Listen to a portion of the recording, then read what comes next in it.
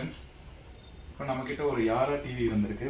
அதனோட model number பார்த்தீங்க அப்படின்னா LTV4303. இதுதான் இதனோட மாடல் நம்பர். இப்போ இதில் என்ன ப்ராப்ளம் ஆயிருக்கு அப்படிங்கிறத சொல்லி இங்கே காமிக்கிறோம்.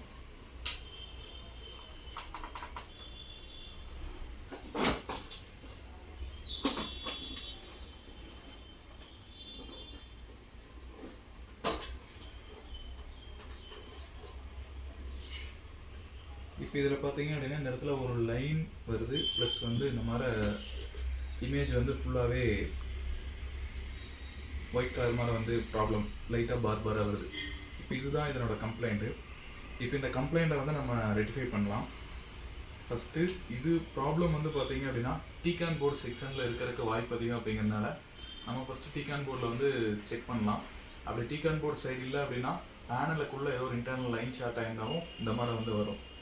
அதனால் ஃபஸ்ட்டு நம்ம வந்து டீகான் போர்டு சைடு வந்து இந்த ப்ராப்ளம் என்ன இருக்குது அப்படிங்கிறத வந்து செக் பண்ணலாம்.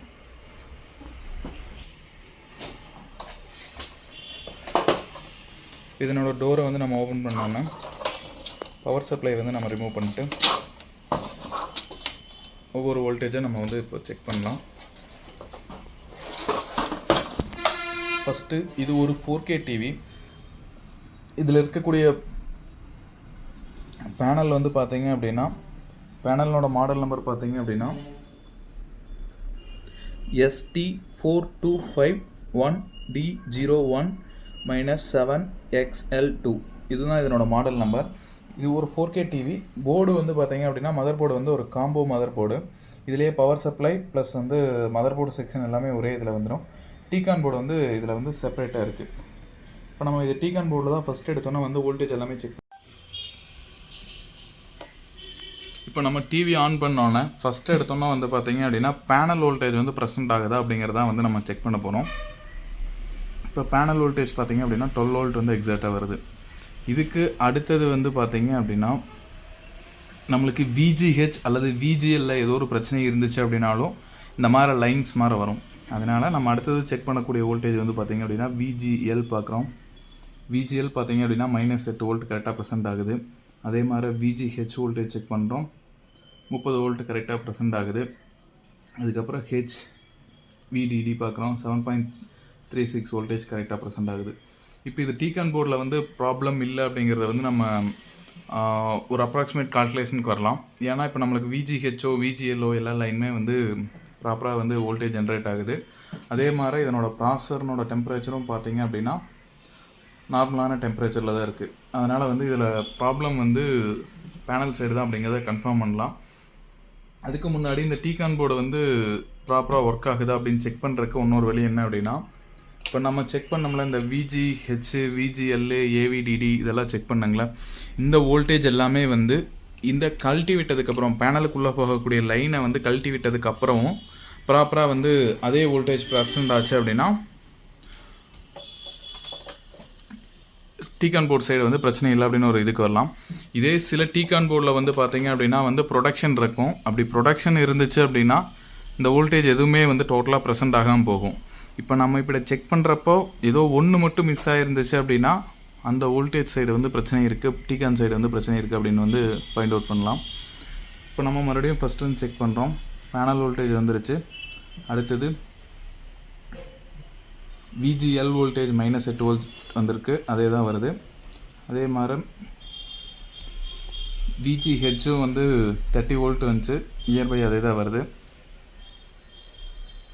அடுத்தது HVDD பார்த்தீங்க அப்படின்னாலும் 7.34 அதே வோல்ட் தான் வருது.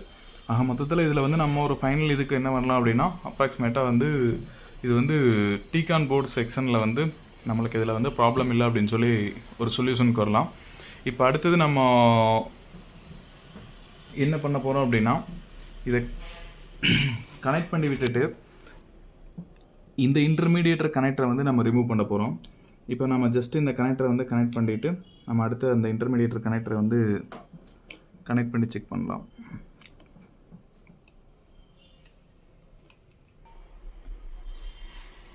நம்ம இந்த கனெக்டரை இப்போ கனெக்ட் பண்ணிட்டோம். இப்போ கனெக்ட் பண்ணிட்டு இந்த இன்டர்மீடியேட்டர் கனெக்டரை வந்து ஜஸ்ட் நம்ம ரிமூவ் பண்ணுறோம்.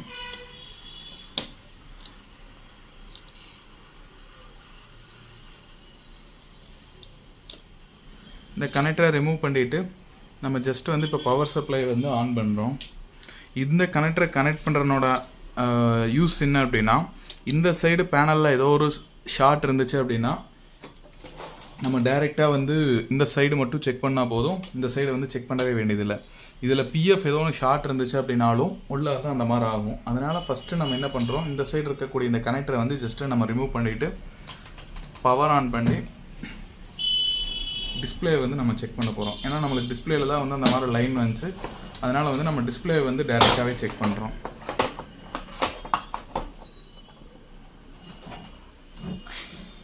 இப்போ இந்த சைடு வந்து பார்த்தீங்க அப்படின்னா டிஸ்பிளே வந்து 100% பக்காவாக வந்து ஒர்க் ஆகுது. அப்போ ப்ராப்ளம் வந்து நம்மளுக்கு இந்த சைடு தான் இருக்குது. நம்ம இந்த சைடு இருக்கக்கூடிய டிஸ்பிளே வந்து நம்ம செக் பண்ணவே வேண்டியதில்லை. டைரெக்டாகவே நம்ம ஆப்போசிட் சைடு இருக்கக்கூடிய டிஸ்பிளே வந்து நம்ம செக் பண்ண போகலாம்.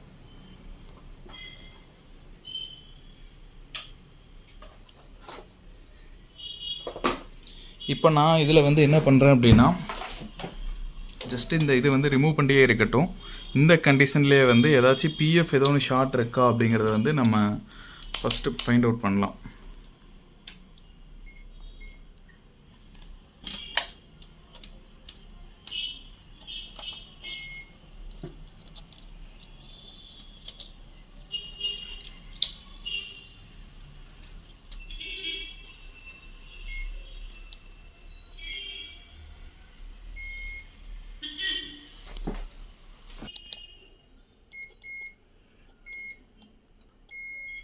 பிஎஃப்ல ஒரு சைடு மட்டும்தான் கிரவுண்ட் ஆகும், ஆப்போசிட் சைடு வந்து கிரவுண்ட் ஆகாது.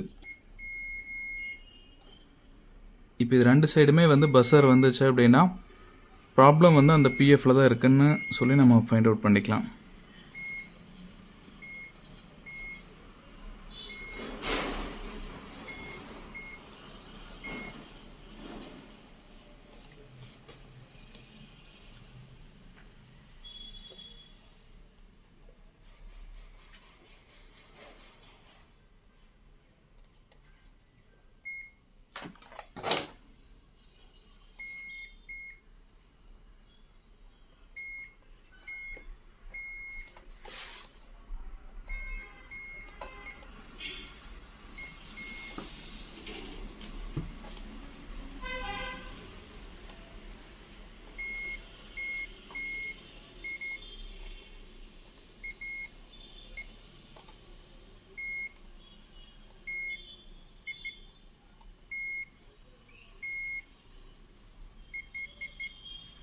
இப்போ இந்த பிஎஃப் எல்லாமே வந்து நம்ம செக் பண்ணிட்டோம். பிஎஃப்ல வந்து ப்ராப்ளம் இல்லை.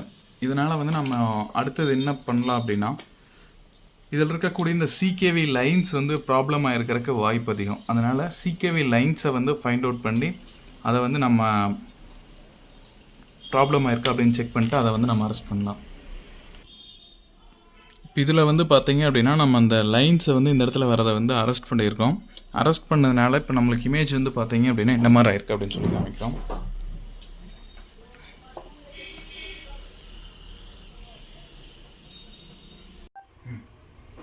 இப்போ நம்ம அந்த ஏரியாவை பிளாக் பண்ணதுக்கப்புறம் நம்மளுக்கு பார்த்தீங்க அப்படின்னா ஸ்க்ரீனில் வந்து பார்த்தீங்க எந்த விதமான டிஸ்டர்பன்ஸும் இல்லாமல் தெளிவாக வந்து இமேஜ் வந்து வர ஆரம்பிச்சிருச்சு. இது இந்த மாதிரி ப்ராப்ளம் ஆகிறதுக்கு காரணம் வந்து பார்த்தீங்க அப்படின்னா உள்ள பேனலுக்குள்ளே இருக்கக்கூடிய சிகேவி லைன்ஸ் வந்து ஷார்ட் ஆகிறதுனால வரக்கூடிய ப்ராப்ளம். இப்போ நம்ம இந்த சிகேவி லைன்ஸ் ஒரு சைடை வந்து பிளாக் பண்ணியிருக்கனால ஆப்போசிட் சைடில் வந்து ட்ரைவ் ஆகுது. இன்கேஸ் இது வந்து ஆப்போசிட் சைடும் ப்ராப்ளம் ஆகிடுச்சு அப்படின்னா கம்பல்சரி பேனல் தான் நம்ம ரீப்ளேஸ் பண்ண வேண்டியது வரும். தேங்க்யூ. சப்போர்ட் பண்ணுங்கள், சப்ஸ்கிரைப் பண்ணுங்கள். இந்த மாதிரி வீடியோ உங்களுக்கு கண்டிப்பாக கிடைக்கும். சர்வீஸ் சப்போர்ட் வேணும் அப்படின்னா நம்பர் டிஸ்பிளே ஆகிருக்கும், அந்த நம்பருக்கு கால் பண்ணுங்கள். தேங்க்யூ.